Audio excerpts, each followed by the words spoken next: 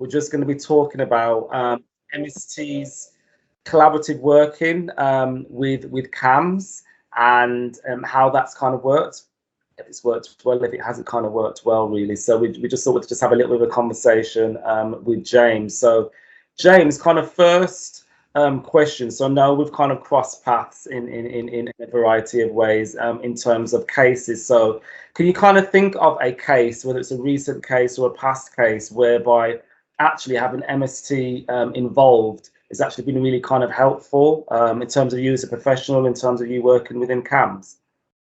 Yeah, there was a case a number of years ago that it was already engaged or had engaged in MST, and it was great. I think in my role, because when they come to me, we're looking at the referred child, so we're looking at it from the context of a mental health condition specifically and the treatment of that mental health condition. And whereas I guess your guys' remit might be slightly different, what you did do was it was that socialization to the systemic way of thinking. The idea that it's not rooted in one individual, but rooted in a systemic understanding of what's going on. And I, if you were trying to set up a service that was kind of like gold standard, you'd want that collaboration across services. We were just kind of wondering how we're going to work together, whether it'd be better for one service to work first, etc. And I think that's a good thing about MST and CAMS, that we have those conversations. Yeah, absolutely. And certainly when you think about step down from inpatient, which was this case specifically was on about, where the mandate from discharge was family therapy, whereas the remit behind that family therapy was a bit more specific. It wasn't as simple as, well, let's just give family therapy. Actually, what they're after was an NVR approach. They were after very structured intervention that would benefit the parents in the management of their child and the difficulties that they were presenting with. And actually, they'd already done quite a lot of NVR work within inpatient, which isn't necessarily a prerequisite within CAMS. And so actually the MST service is far better suited in that position to deliver that intervention, and rather as saying, taking it on, we can have that collaborative discussion to kind of formulate what's the best approach for this young person prior to discharge, which I think is really important. But we've also got that dialogue that if it needs to be escalated to CAMS, that, me and you know each other, Andrea, and, I've got a good relationship with Lloyd as well. So we can be responsive and more proactive in the needs of the young people that we're working with. Yeah, definitely. It's about looking at the young person's needs, isn't it? And working out what's best for them and what service at the right time. Yeah, absolutely. Right. Do you both want to introduce yourselves first of all? Yeah. Josh, do you want to start? Yeah. So hi guys, Josh Merrick, Horizons Exploitation Worker for Sandwell Children's Trust. And my name's Charlene Parker, and I'm an MST therapist from MST in Sandwell. Okay, brilliant. So I'm aware that you've worked together lots with a number of families in Sandwell. Can you describe kind of how you've worked together and kind of how your roles have complemented each other? I think from my perspective, so we usually work with high risk young people that's vulnerable to exploitation, and it's always been helpful when MSTs come on board. I think specifically me and Charlene have worked together on quite a few occasions. I think it's supported in different ways, really, because exploitation is such a wide spectrum of different things you've got to look into in terms of that contextual side. It's really difficult sometimes to manage that as an individual. So I think one of those things of being able to bounce off someone else that also has those expertise but has a different way of working to yourself is always beneficial. So for myself, our concentrations mainly with the young person and building that relationship and things like that, to be able to enable that work to happen. And obviously with Charlene, that concentration on the whole family and looking at how that how those can be improved as well. Just adds sort of that bounce off each other to be able to have those different conversations and different perspectives on things, I suppose. I don't know about you, Charlene. I feel for me, very similar to what you've said. In and in the fact of obviously you're actually able to get that child's voice, when very often as an MST therapist, the child actually doesn't want to engage in any of the sessions. I feel that for me, sometimes when I'm working with the young person, obviously, when I'm working with the family, I'm listening to what the parent's saying about the child. Very often, Josh has got a better understanding of the child and what the child's up to in the community because of the relationship that he's built up. So that then gives me the opportunity to kind of address some of those things with the parent and kind of highlight to them some of the risks that potentially are happening for their child and how they can look at addressing it or preventing their child from being involved in that sort of behaviour. That's so it kind of falls in place because I feel that the families that we've worked with, the child genuinely doesn't want to engage with an MST therapist at all. They are just wanting to engage with Josh. And I think quite often as well, Horizons have already got that relationship before we become on board, before MST starts their work. Yeah, I think that's something I was going to well actually, Andrew, is that a lot of the times we're already working with the young person already, and you know we've asked for that extra support from you guys, or asked the social workers to put that referral into, because we've acknowledged that actually although we're able to engage with that young person and actually we're able to do that work, there is definitely that need for the extra support to be put in place for the whole family, and to look at how plans can be implemented with the family to sort of to be a prevention for anything further from happening, or looking at how parents can support better. So yeah, that's definitely a factor. I know that when I've spoken to Charlene, she's talked about kind of lots of things she's learned from working with you, Josh, and working with Horizons. So I'll go to you, Charlene, first. Can you talk about some of those things and how it may have changed your practice? So I feel that in terms of, obviously I had knowledge around exploitation, as in the generic sense of the term, how to spot signs and symptoms. However, upon working with Josh has been able to kind of fine tune my understanding of exploitation, that even little things that other professionals might not seem is an issue, actually that's the startings of something bubbling around exploitation. Also, he's taught me loads in terms of actually what actions can be taken by the police and other partner agencies to kind of prevent or disrupt things out in the community, whereas obviously previously I didn't know so much about how the partnerships work together around disruption, whereas Josh has been able to kind of teach me those things around actually, well, this is what we should be doing, this is what we can do, this is what we can do for this, whereas I didn't have that knowledge before. Now that I've got that knowledge, it's easier for me to explain to parents that actually these are the things that can happen, these that partner agencies can support us with, and it's helped parents actually be able to communicate with those partner agencies and share information with agencies such as the police, whereas families prior to that were reluctant to make contact with the police because they felt police aren't going to do anything, it's just information given to them. But once we kind of identified to the families that actually police do stuff with that information and action is being taken, it's probably just not as fast as what families would like it to be, but it is happening out there. Okay, brilliant. Thank you for that, Charlene. Josh, working with Charlene, has there been anything from kind of an MST perspective that has kind of changed your practice? Definitely. Thanks, Charlene. That was really nice. That was. I think from my side, it was definitely, sometimes I feel I and probably we as a team, we can be really young person centered, which is great. However, it's looking more at the effects that can have on parents sometimes, and we get sort of bogged down in terms of making sure that we, so young person, focus on that relationship building.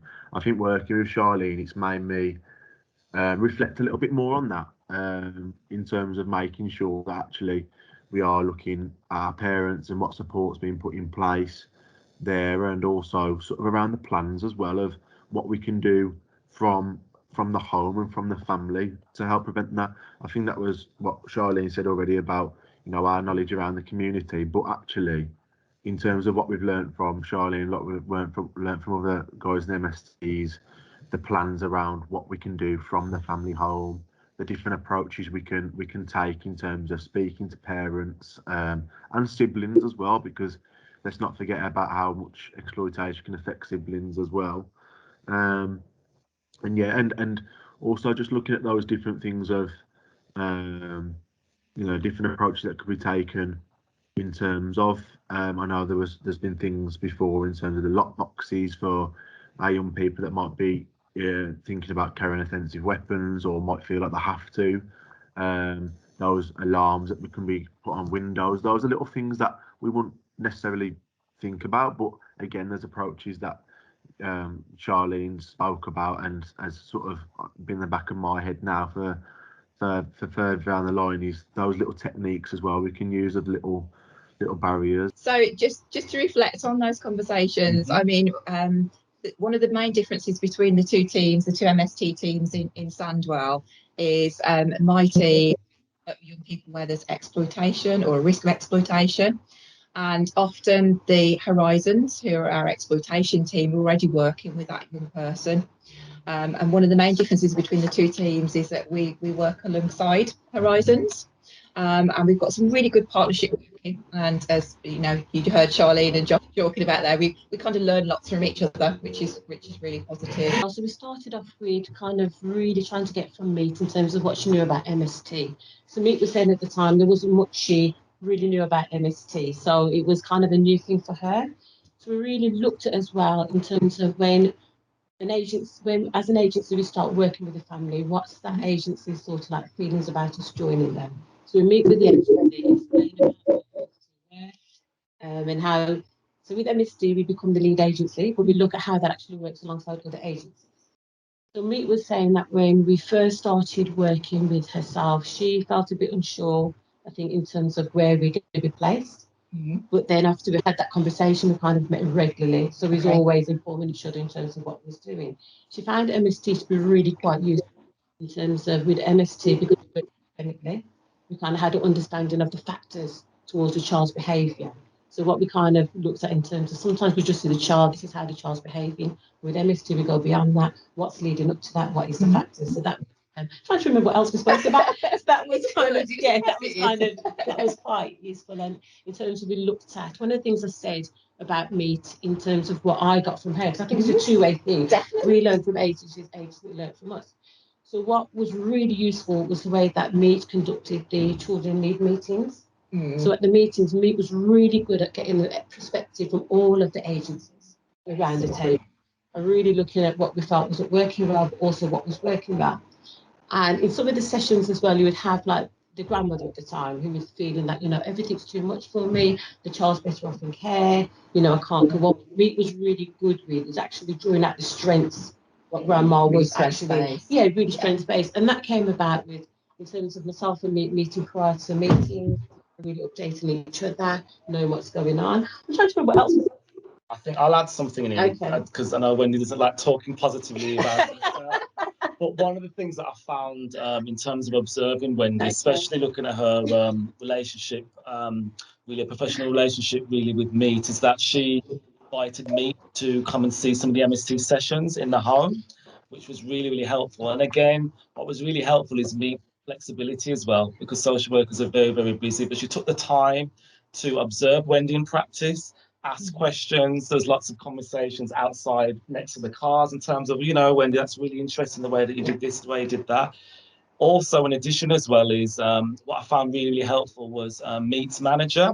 So again, she was aligned in terms of some of the suggestions that we kind of brought to the table. And what was really helpful as well is on occasions, the manager actually invited us to a Microsoft Teams meeting, and we just would have a conversation because at certain points, the young person was at serious risk of impending care.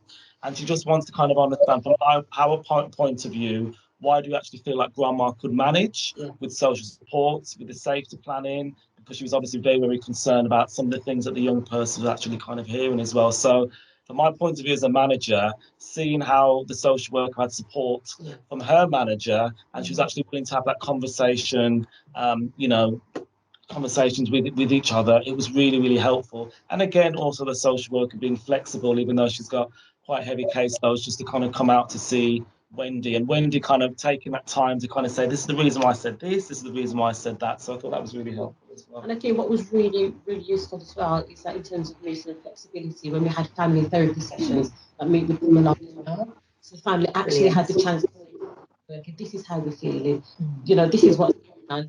Whereas previously the family were quite a bit reluctant to talk to social services, but that kind of opened it up.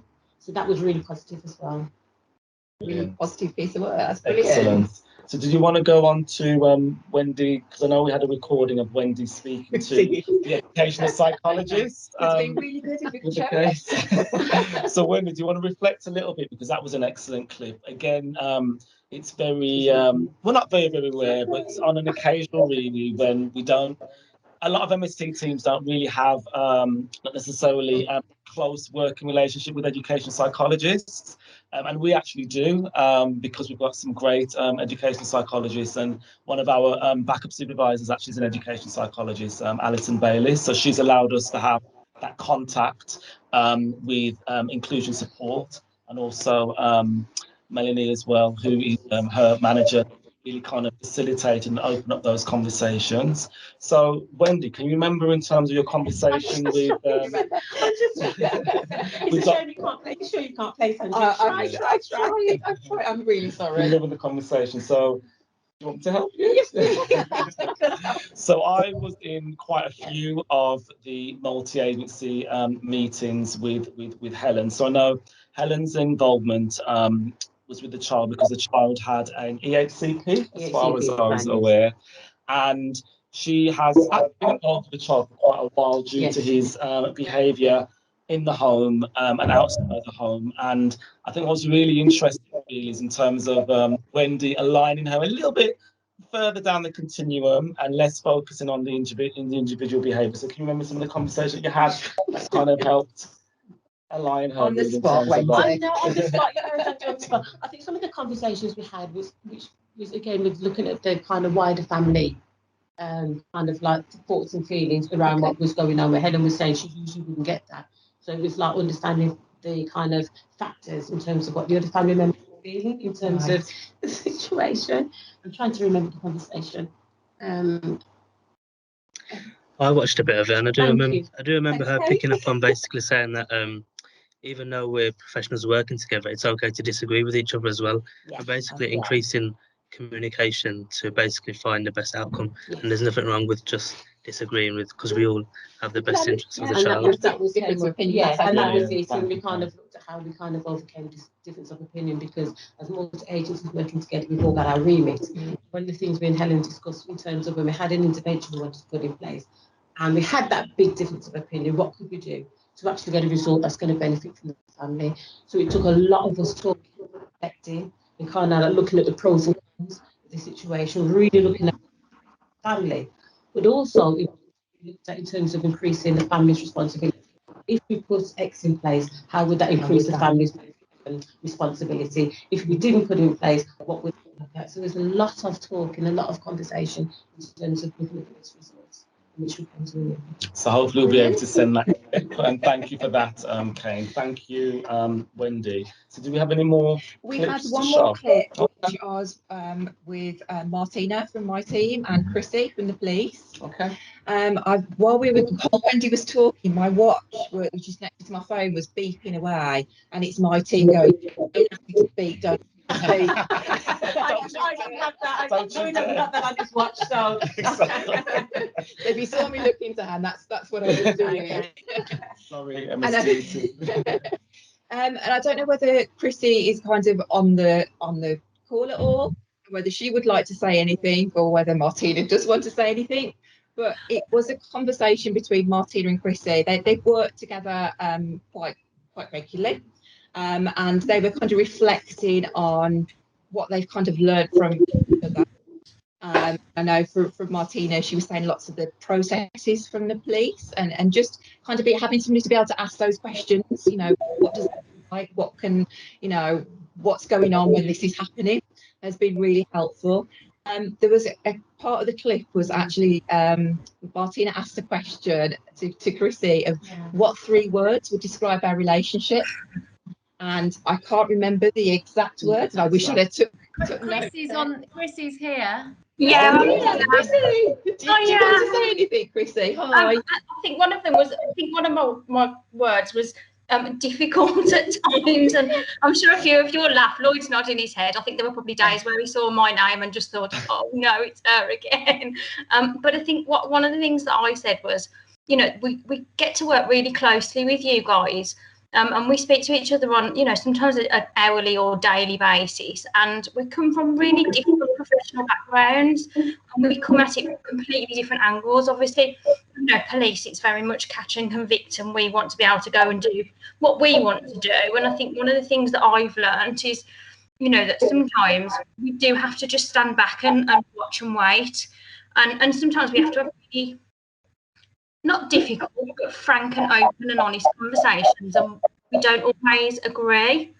And I think it's really good. And you know, the people that I can see here that I've worked with, you know, we've all been able to have those conversations and have those professional disagreements, and still contact each other an hour later and go, "Oh, can you just tell me what this means?" Or can you know, it's always been like that. And I think for me, that's something that's really positive. And the fact that we can all get on as professionals can only ever be, you know, a positive for the family, because we need to work together as well as the family need to work with us. Yeah, definitely, I would agree with that. And I think, funny enough, this morning, Andrew and I, Claire Martin, our manager, we had a meeting with some police officers to actually look at the MST protocol with the police, just to kind of update it. And I think looking back, me and the other officer there, Dave Rogers, we actually felt like we actually had a really good collaborative working relationship, and the protocol between MST and the police is really helpful, because we're both in it together in terms of minimising the arrests, minimising charge, and definitely minimising the custody of a child. And even the conversation that we had today, we're putting certain things in place so we actually can have those conversations, you know, out of hours. We're able to kind of say, look, please, you know, instead of taking this young person to a police car, we're taking them to police custody. We have the names and numbers of other family members, our safety plan. You know, Andrew and I are always available out of hours. So the police relationship, even though it's been up and down, it's been really, really helpful in terms of actually our work with young people and families. We are now going to have an MST therapist, Wendy Saunders, reflect on her multi-agency working with Princess Trust, social care, the police and the school, with a case she has with the therapist. After, Wendy will have a conversation with the family so we can hear their perspective. Many thanks, Wendy. First of all, I'd really like to thank all of you for giving the time to be here. Really appreciate that. Before we do the introduction, I'm just going to explain to everybody what this part's all about. So we really want to look at how we work together as agencies with families that we're working with for the best result for the family. So as you know, all of us have different roles and responsibilities, but how do we collaborate that for good working practices? So before we start, if all of you can just introduce yourself and just say a little about your remit, who you work for, and how you usually work with families. Start with you, Jess. I'll go first. My name's Jessica Webb. I'm a social worker in Care Management Team 3 within the Trust. And my main job role really is to support families and help children who are at risk. I'm PC Nick Stevenson. I'm a youth offender manager at Sandwell, West Midlands. My role is to look for youths and look for signposting to steer them away from trouble. And also there is an important side to that as well. I'm Mike, better known as Chuck. I work for West Midlands Police as a PCSO. I'm currently on secondment to Princess Trust. We run 12-week courses for young people aged between 16 and 25, not in work or education. It's a bit like a college to get level 1 qualification in teamwork and employability. Yeah, we also had school with this working with this family, and also we had Liam from Horizons. They're not with us today. Before we start, I'm just going to talk briefly about the family that we worked with, and then kind of get your perspective. We worked with a family who was a single mother, as Lloyd said, she's here today, working part-time. The referral child, Shandon, is 16, and he also had a sibling who was 9. So there was multiple behaviours that ranged from physical aggression, verbal aggression, damage, missing school, community factors, and also missing curfew. So with MST, we usually join agencies that are already working with the families. So just wondering if you could tell us a bit, mainly you, Jessica, tell us a bit about the difficulties you was having before actually MST. What did you know about MST? Okay, so I picked up this case in like November last year, maybe very early December. And at the time there was quite a lot going on. The young person was actually not even living in the family home at the time. He was living with a family friend and had been for quite a few weeks. And what led to that was an argument between him and Mum. Police had been called, and he'd actually left the family home for the night initially, just to sort of calm down. It was advised by the police that it was probably best for an overnight stay somewhere else. And he remained there. And the difficulty was that the longer he remained with this family friend, the bigger divide there was in the relationship between him and Mum, and there wasn't that ability to, make that progress and sort of break down those barriers. So that was the situation that we were facing. It was difficult to understand why he didn't want to return home, and also the relationship between Mum and the family friend that he was staying with was very difficult as well. So that added to it, to be honest. Now, the only thing that I knew about MST was that they were kind of a step up from FSW, and then I got really confused because I was like, okay, family support, MST, therapist. I wasn't sure whatsoever. But with one of my other cases, that when it was allocated to me, MST were at the end of their work, so I still managed to speak to the worker within that team and just find out what had happened. Obviously, she wasn't going to be working with the family going forward, but I was able to find out what her intervention had been, what the service did in the first place. So that was really worthwhile in order for me then to know with this family what kind of referral to make. So before we started working, I will come to you, before we started working... Sorry, I do babble on. No, before we started working with you, so you kind of hear that, MST is going to be working alongside you with the family. What's your initial feelings or thoughts around that? I mean, or is there an initial thoughts and feelings? A lot of unknowns, to be honest. Like I said, I'd spoken to another worker in your team who had worked with another family that I was involved with as well. And it just sounded fantastic, the work that she'd done. I think what my understanding was that you guys work with families where there are problems within the relationship within the family home, which is then causing other factors as well. So behaviours outside of the family home, maybe with extended family, within school, things like that. So initially that was my understanding.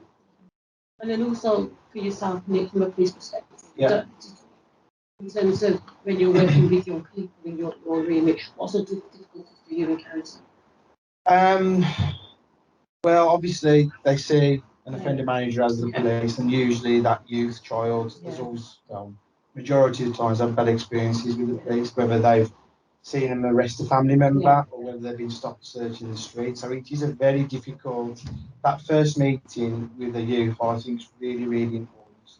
I'm from a neighbourhood background, so I used to work on neighbourhood police. I was out in uniform responding, and I had heard of MST. I mean, that was about 2 or 4 years ago, but I've never really worked with anybody from MST. Now we get the list of people you're working with, and I try and promote the neighbourhoods. If you're working with them, that is a really good way into the family. If you go there on the first visit and you know that they're working, say, with you, you approach the family. And so I've worked with Wendy before. I think it's a real positive way in the family and the child. You've had that conversation already, a bit of background about that family and what's going on. It sounds like just having a list, like you're saying, where kind of like you already know families that work with the families you can share. Seems to be really, really positive. For both of you, when MST started working, we started working together, how did you find MST in terms of those initial sessions when we all started working together? We might be at a children in need meeting, and we've got to have that kind of collaborative approach. How did you find? I thought so. You carry on. I thought it was fantastic. I think one of the difficulties that we face sometimes in social care, especially if families have had intervention and you know for historical intervention, or I think just the stigma around social workers coming to your home, families can be a little bit defensive, and the barriers are up, and it's sometimes not with every family, but sometimes it's difficult to get that engagement straight away, build that rapport, and actually get to the root of what the problems are or what the concerns are within the family. I think what MST do brilliantly, and obviously for yourself, is that you kind of move in, like you rock up on the day with your suitcase and your bag, and you're in that family home. And I think that's brilliant because it's really intensive. So you're saying to families, look, I'm going to come round 2-3 times a week. I'm going to be on the phone constantly. If you need me, I'm there. And it really gets that sort of that connection made with the family in order so that you can see from their perspective what the difficulties are. I think, social care sometimes has its limitations in the sense that parents are telling you what they're experiencing, or even children are telling you what they're experiencing, but you're not there at that moment in time to see it for yourself. Whereas I think MST, you have that inside view because you're in the heat of every argument, every high and every low within that family. So I think that works well. How does that help yourself? Like you said, with MST, we're kind of in a heat in terms of what's going on. How does that help you in terms of your remit? I think that helps me because it gives me that understanding as well. We both can't be there at the same time. So I think that collaborative working, I can sort of, we can have that multi-agency discussion, either just as like a quick pick up the phone or over Teams, or within the statutory meetings that we have, in order to say, oh, just to let you know, did you know this? Or, you can say, well, I did observe this the other day and that could be why. So it just fills in each other's gaps in knowledge, really. I think that's, it's really beneficial to work together in that way. I know you were going to say something before. Like I said, I mean, for me, it's kind of I'd say proof in the pudding, really. It's because, there are names who I see through intelligence, through when they've been in custody. And, obviously in this case, the real positive for me is that we're not getting that anymore. And that's has a massive impact, obviously, on the police and our time at responding. So that is a massive positive. Watching the family, the child develop, getting them into things that they enjoy. It just makes such a massive difference. What about yourself? What have you had any difficulties engaging families? If you'll get people to sign up for the thing, we need to really help something like yourselves without that help us on our recruitment, because recruitment is the hardest part, getting the kids to come along to the thing. So having you guys breaking down the barriers at first is always helps us, because I went to Shandon, his home address, his mum, were very supportive. We had him on a course probably for about 10 days. And he's a really nice lad, really engaged, really got on with the other people. And part of our course is helping each other, because we take young people from all backgrounds and all abilities. So we've got people with a lot of abilities like Shandon, other people with difficulties. We try and get them to help each other. And Shandon's really good with that, and he really got involved. And like part of our course, we don't tend to do a lot of writing, so we take photos of them and then do it. They'll have to write then this is me doing this task, this is me in archery, this is me doing various different team build exercises. So I think for someone like Shandon, this was really good. So you're saying kind of having that first initial working with families in terms of working with yourself. Yeah, I guess the foot in the door, which is the hardest part. It can be sold to anybody in Sandwell or just Walsall, Dudley or Wolverhampton. When I was thinking about Sharon and Shandon that we're working with, and when I thought about it, there's like 6 agencies supporting the family. You've got ourselves, we've got social care, we've got the police, we've got Princess Trust, we had Horizons, and we also had school. So for her family, who's got mum herself who's working through stuff with a child, and then you have 6 agencies. How did we, 6 agencies together, we're not all here together, how did we make sure that we were aligned and that we were working together? And we as an agency, collaboratively, are not adding extra pressure onto the families. What do you think we did? How did we do it? Communication. It was emailing every shape of the day, wasn't it? Sometimes conversation. Any problems, I could tell you. Any problems, you could tell me. And with that communication, I think Chris mentioned it as an officer I know. Sometimes you don't agree with things. No, you don't agree. I mean, you're probably to the police or we think the worst. And every time the houses I've gone, and straight away when they open the door, what's happened? Yeah. They think the negative, even though I'm in like plain clothes. So you kind of always think, and sometimes it's about bouncing, like, you know, the stuff we know. Like, what are your thoughts on this? We've been told this. What do you think about it? And sometimes you might say, well, you know, no, I don't think that. I'm thinking, well, I'm sure I'm sure it is. But if you can communicate correctly, you know, I think you can get over that, and then you still want the same goal for that person and family. I think it was the communication between us.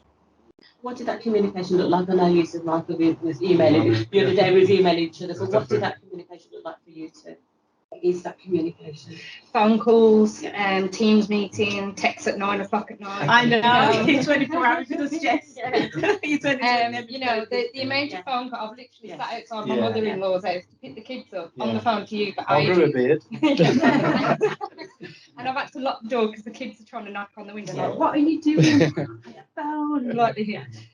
But like what you was just saying, I know I'm going back a bit, but about, you know, passing ideas across. And definitely. I know that obviously when Shandon's name cropped up to yourselves a couple of times, you immediately rang me and said, you know, like his name might have, you know, come up here and there, but what do you think about it? Or what do you think he's actually up to, you know, down this place or that place or whatever? And it's throwing those ideas and hypotheses around, isn't it? And actually reaching a conclusion together. Sometimes sort of funny things are trainers, wasn't it? Yeah. That big assistant, you know, that's so. How do you know about that? So things. But it's like that, and I think one of the good things, lots of things that I took from that, I remember before we had the children need meetings, me and yourself would get together. Because, you know, with MST and the families that we work with, things can change within half an hour. Yeah. So it's always about keeping ourselves updated, you know, before meetings, you know, that way. Communication is flowing. But even like with MST, I mean, obviously yourself, but also Lloyd. I mean, I'm sure Lloyd remembers a very epic child in need meeting that we had once upon a time. That was, you know, I'm just going to say chaotic. So, yeah, but it's having that multi-agency impact, isn't it? And being able to speak to each other. And me and yourself went to a school meeting once where there'd been an incident at school. School phoned me in, I phoned you, we went together. And I think it had more of an impact because it felt like a team around the family rather than me and family sat just speaking to school. It was like more of a team effort, you know, and we was able to reach goals and produce outcomes from that. And how did we, because I think this is important as well, how did we deal with differences? So I'm going to bring up an example. I know we've got Shandon here today, so Shandon's where we shared and stuff.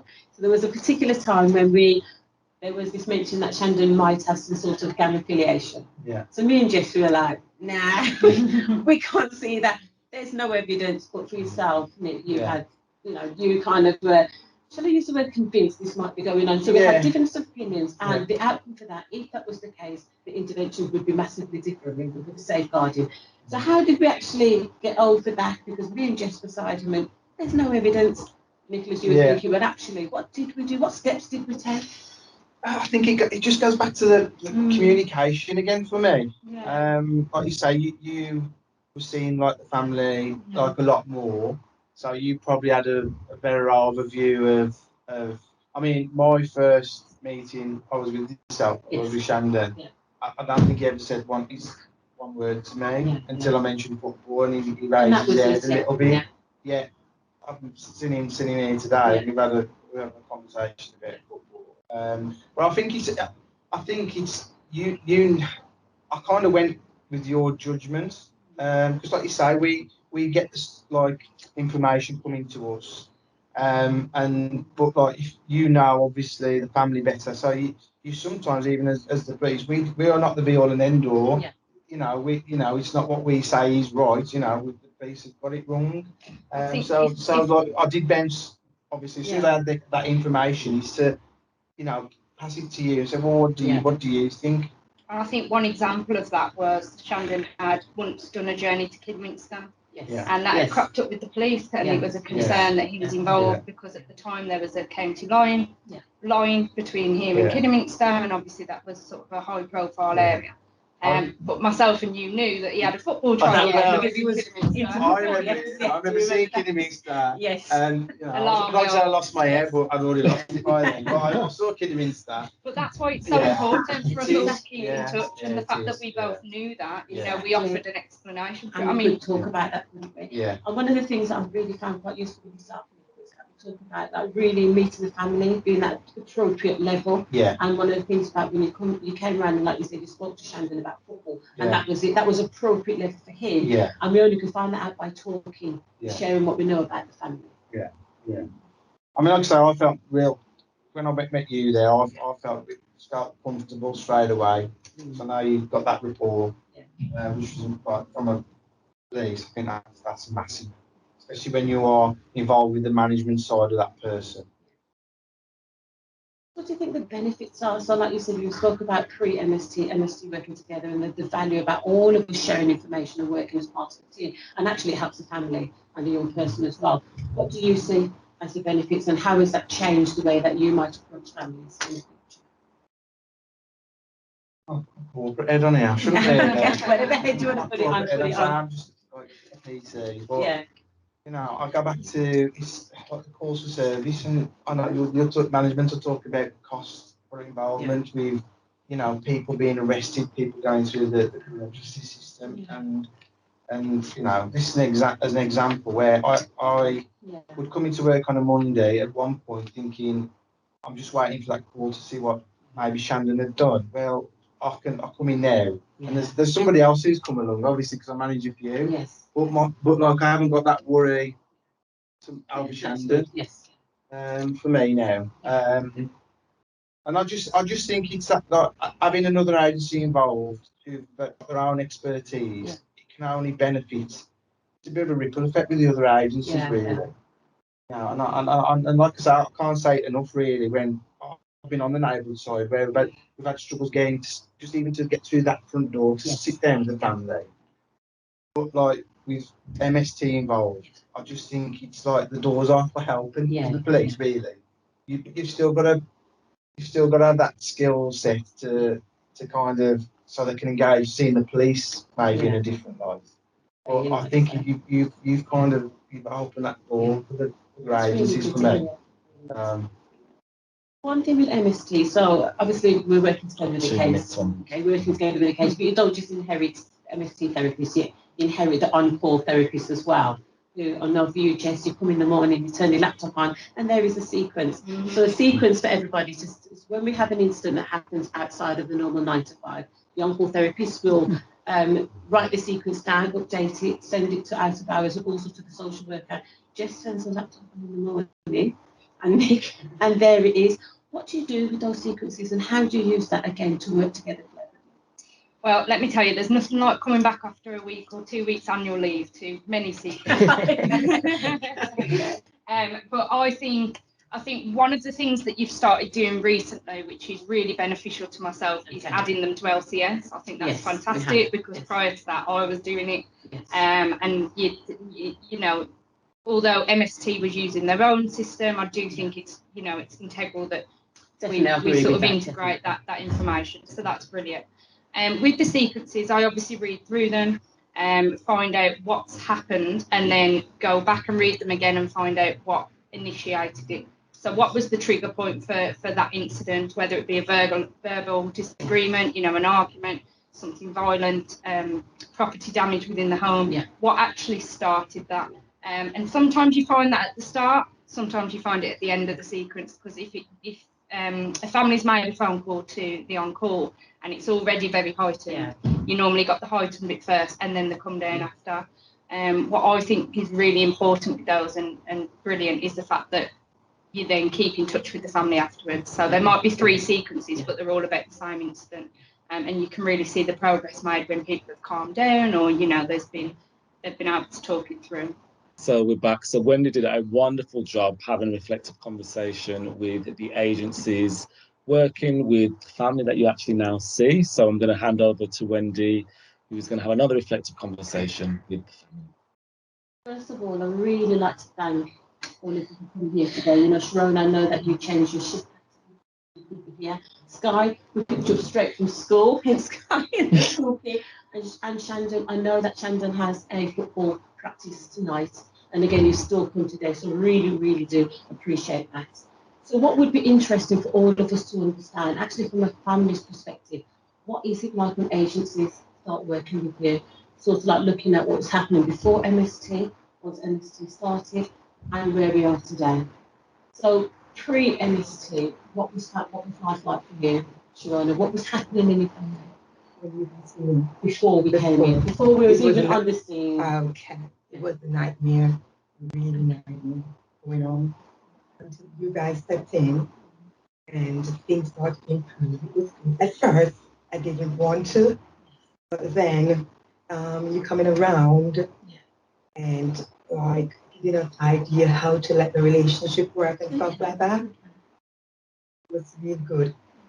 And I want to say I miss you guys a lot. Oh, we miss you too. We miss you too. You know, just a few minutes ago, you said that life was a nightmare. Can you just tell us what was that nightmare? What was happening? Well, me and Shandon wasn't getting along. Arguments, fighting. You could think a young kid, teenager with his mom. And stuff like that. So how long after this happened was it a daily basis? Your daily life? It's happening so often that I cannot think of it. How was that for you? It was mental, like I said before. And did you work with any agencies previous to this? Yeah, I worked with Sandwell. I worked with Sandwell Council before. Yeah. And it was good, I should say. But since you and Jess come on board, there was more improvement. Yeah. And you could see where we were going down the line. It was very good, I could say. Before we go into really look at that, there was improvements and how that came along. Shandon was just wondering for myself. And at any time, Shandon, if you kind of feel like we've actually asking too much questions, we need to go, that's fine. But for yourself, Shandon, before MST came involved in the family, one described life as being like a nightmare, but what was it like for you? It's all right. It was all right. You're not seeing a nightmare, that mum. Over-exaggerating. So why do you think MST would need to be involved? What do you think you came into? Oh, it's real. Did it help? Yeah. So for Sharona girls and Shandon, what is it like? So we were saying previously that with yourself, it was about 6 agencies. So what is it like in terms of family on a daily basis when you have agencies working with you? How is that for you in terms of the good and the not so good? Okay. The first agency I had before you guys, as I said, wasn't really good. They came in my home, they're like, everything is good. And then when they left, we had sing meeting, you know, when he's coming on to the sing meeting, right? They say something. Like example. So when we went to Sharon and she said, she's going to do this and she's going to do that. But as soon as her back is turned, she does something else. Well, I said to them before all of this, if Shandon hasn't followed rules, he won't be going to football. And that's what I did. And that's what I did for doing that. Yeah. So what was different about the way that Jess was working with you first of all? What was different in terms of Jess approaching you? Okay. Shandon was not home for about what? 4 months? And no one could have taken Shandon back home, but Jess went and get him. That's the first step. Yeah, she went and bring home Shandon as a Christmas gift. That was nice. Yeah. Christmas present. Is this one back? Yeah. Yeah. And with Jess, there's a lot of things she has done. Yeah, probably she get tired of me calling her, and you probably get tired of me calling we never get tired. And the on-call lines, they're really excellent. You guys are really a billion excellent. Oh, that's good to hear. Yeah, and you, Wendy, you're so amazing. anyway, like when he's come out to see me, he will come and get me at work. He will go and get Sky and stuff like that. It's really, you know, good knowing you and knowing that someone cares a lot. One of the things I really liked when I came in today, so you, the on-call system, you used the on-call system, you spoke to Gemma and Natalia. Yeah. And what was really, really lovely to see today, when you came in today and you realised, oh my gosh, that's Gemma! And you were like, I know that lady, you've never met her. I never met her. But the time you spent on the uncle, so how did you find the uncle? How useful is that for yourselves? I find it very good, very excellent, because this time I couldn't manage. Yeah. And I was like, you know, I say that, you know, how a background. Yeah. Sometimes I have no patience. Yeah. But Gemma and Natalia, they're really good. They will tell me, just go in the room, have a cup of tea, and stuff like that. And even when I'm ready to call the police, I said, no, don't call the police. Just let things calm down. Let him stay in his room and calm stuff down. Yeah. It was really good and it was really great. Yeah. And for you, Shandon, just kind of trying to get from a child's perspective, what was it like? So all of a sudden, you've got agencies coming in, you've got MST, talking about things like reward and consequences. You need to meet your curfew. You know, how was that like for you in terms of sitting down and talking about these things for you? What was going on for you? Awkward. Okay. Awkward when I first met everyone. Yeah. And then when I started getting to know people, speaking, everywhere. I think the speaking helped. Like you said, it was quite awkward at first, but speaking. Yeah. Not to everyone, but even Jess and the guy that came from the British Trust. Leah. Oh no. Chuck. Sorry. And Jack. Yeah. He's from the college. He's from Wolverhampton College. Okay. Yeah. So how did you go about? And again, it's just really interesting to hear from a child's point of view. So we've come along. We're talking about rewards and consequences. Like you said at first, it's quite awkward. But once we speak, and it becomes better. How did you go about using what we were discussed with you and Mom? How did we almost start thinking, okay, this is what Mom's asking me to do. Now I'll do it. I didn't really do it. Yeah. You've done something because you're doing really well, Shandon. Just the bigger picture. Okay. Got my priorities straight. You know what I wanted. So I just started fixing it. No, that's and good. we have to have a better relationship that we never had. No, that's really good. Yeah. And also for the on-call, Shandon, for yourself, because many times, and I think this is just really important to factor to look at as well, especially for young people. Many times we've not met the curfew. So here we go, Gemma or Natalia or myself. We're texting you what might be like 2 a.m. Shandon, Mom's looking for you. You did respond. I mean, what was that like for a young person? It's 2 a.m. You're out, MST on call. Where are you, Shandon? Mom's looking for you. Thinking how you get my number. Okay. Okay. Do you see that as being any sort of benefit for yourself and your mum that we do? Texting. Yeah, kind of really trying to support your mum to find you. So it's mum trying to look for you. Do you see that as any sort of benefit your mum as a young person? Okay. So Shandon, I'm really sitting here as I will say as an MST. So we have this little joke. I'm Auntie Wendy. So I'm really sitting here really proud of the effort that you've put in and the changes, Shandon. And really, I think if you and your mum could tell everyone in terms of what life is like for you now, because you've done exceptionally well. And I think as an MST therapist, and here's my speech, as a grandmother and as a mum, I'm so proud of how far you've come. And can you let everybody know what you're doing now in the college that you're attending and all about your football? I think it'd be really good for everybody to hear. So I'm studying at UCB, cookery, and playing semi-pro for Redditch United. Excellent. Oh my God. What is more? And you work part-time in Caribbean, so that's fantastic. Sharona, how is your relationship with now? How is your relationship? Great. Oh, fantastic. Again, fantastic. And I'm going to ask you the same question that Andrea put out there. How would you describe MST in 3 words? What would you say about us? I would say you're good, excellent, more excellent. What about yourself, Shandon? Anything about how would you describe your time with MST? excellent, sometimes annoying. It has to be. Yes, but it works. Yeah, It works. Oh, But it thank works. you. Helpful and but it works. That's fantastic. Oh, thank you so much, the family. Thank you so much for coming here. It's not easy sharing your story to the world. I think what I really love about you, Sharon, is that you're so honest. You're so transparent.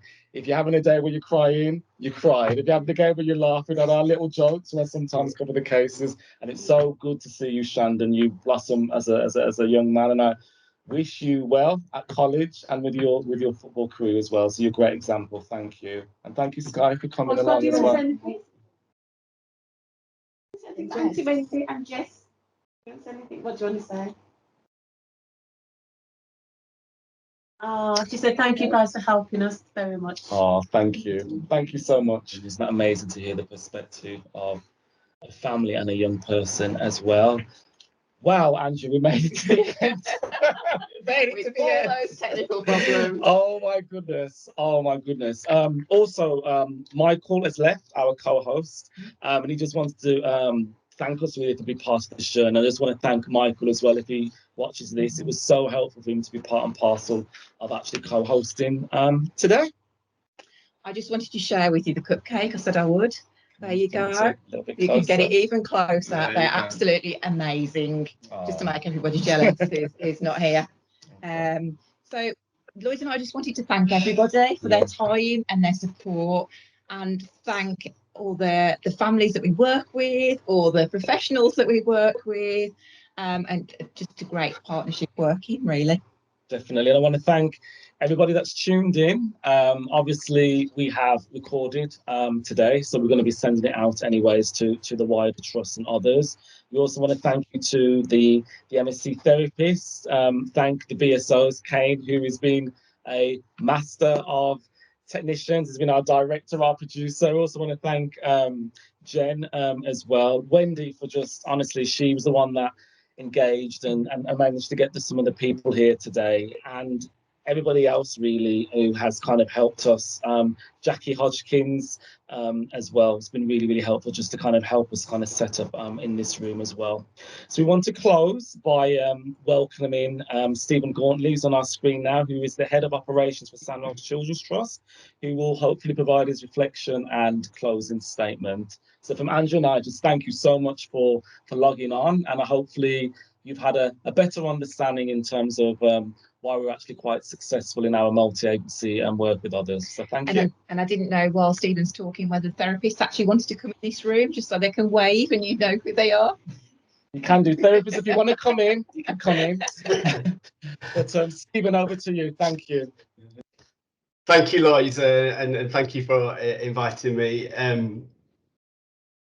I can imagine you're really sort of stressed out by some of the technology not working and thinking, oh, so I felt for you. But actually, you know, we don't need technology to work to demonstrate just the passion that you guys show for it. You know, it doesn't matter. It absolutely doesn't matter. And you know what shone through is your, you know, Lloyd, Andrew, your hard work, dedication, and Michael, thank you so much for your sort of contribution as the hosting the show. The event today has been amazing.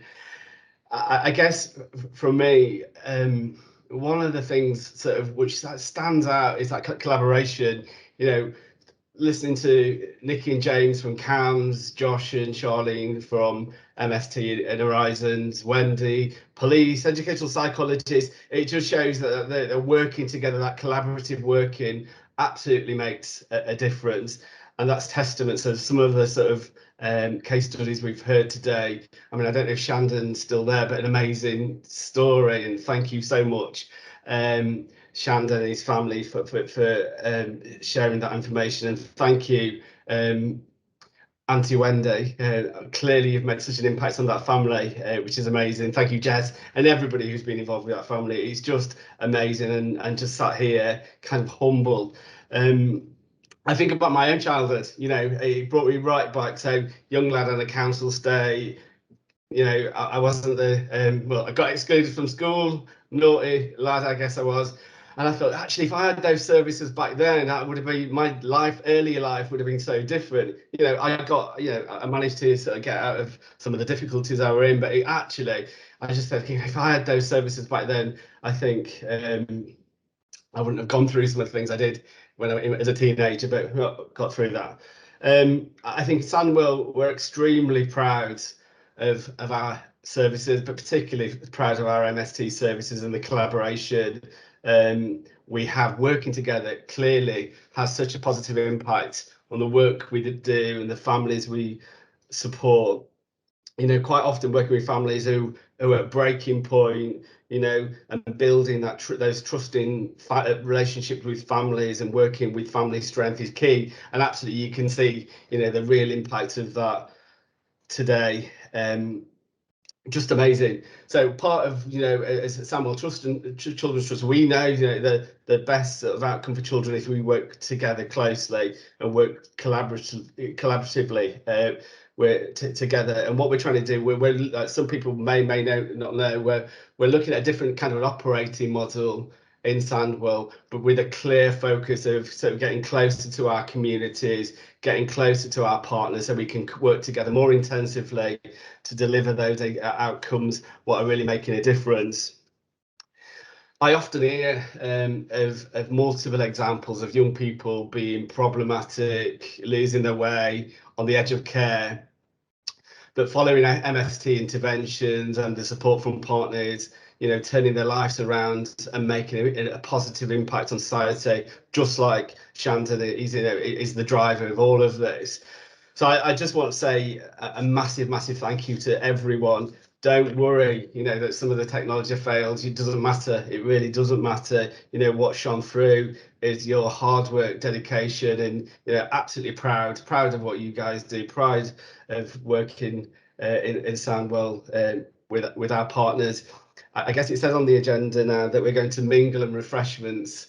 It's kind of hard for me to mingle. I'm in Sheffield at the minute, so sorry I can't be there. But certainly what I will do, I might have a cheeky refreshment when I turn my camera off and celebrate the success, celebrate the collaboration, and celebrate the number of sort of the difference we've made to so many families in Sandwell due to you guys. So thank you so much. You know, thank you. So proud of you.